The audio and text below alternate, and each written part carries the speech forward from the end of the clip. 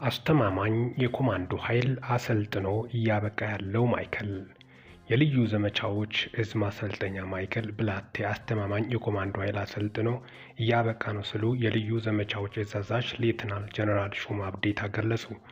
ሌተናል ጀነራል ሹማ አብዲታ በልዩ ዘመቻዎች እዝ ማሰልጠኛ ማዕከል ብላቴ በመገኘት የአራተኛ ዙር መሰረታዊ ውትድርና ስልጠናን በማስጀመር የ44ኛ ዙር የኮማንዶ ሰልጣኞችን ተዛውሮ ጎብኝተዋል። ማሰልጠኛ ትምህርት ቤቱ በዲሲፕሊን የታነጸ ትክክለኛ ጽናትን የተላበሰ አገራዊ ፍቅር ያለው ኢትዮጵያዊ ሰራዊት የሚገነባበትና ሰልጥኖ የወጣበት ትልቅ ማሰልጠኛ ማዕከል መሆኑን ሌተናል ጀነራል ሹማ አብዲታ ገልጿል። አዲስ ሰልጣኞችም የአሰልጣኞችን የካበተ አቅም በመጠቀም በዲሲፕሊን የታነጸ ጠንካራና አገራዊ ፍቅርን የተላበሰ ወታደርና ኮማንዶ በመሆን ጠንክሮ መስራት እንደሚጠበቅባቸው አንስተዋል።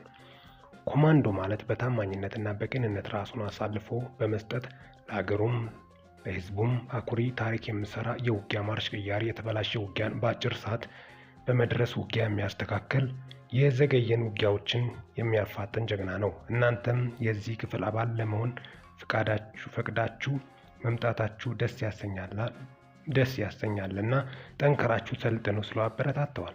ሀገራችን ወደ ከፍታ እየተጓዘች ነው። ለዚህ እድገትና ከፍታ ደግሞ የሰራዊታችን ሚና የጎላ ነው ያሉት አዛዡ እንደ ሀገር በተሰሩ የልማት ስራዎች ከኪሱ ገንዘብ አውጥቶ ቦንድ ከመቁረጥ ጀምሮ በጉልበቱ እስከ መስራት እንዲሁም የሚሰሩ ሀገራዊ ልማቶች ደህንነታቸው ተጠብቆ እንዲጠናቀቁ እስከ ህይወት መስዋዕትነት ድረስ አበርክቶ ማድረጉን መግለጻቸውን ከመከላከያ ሰራዊት ማህበራዊ ትስስር ገጽ ያገኘነው መረጃ ያመለክታል።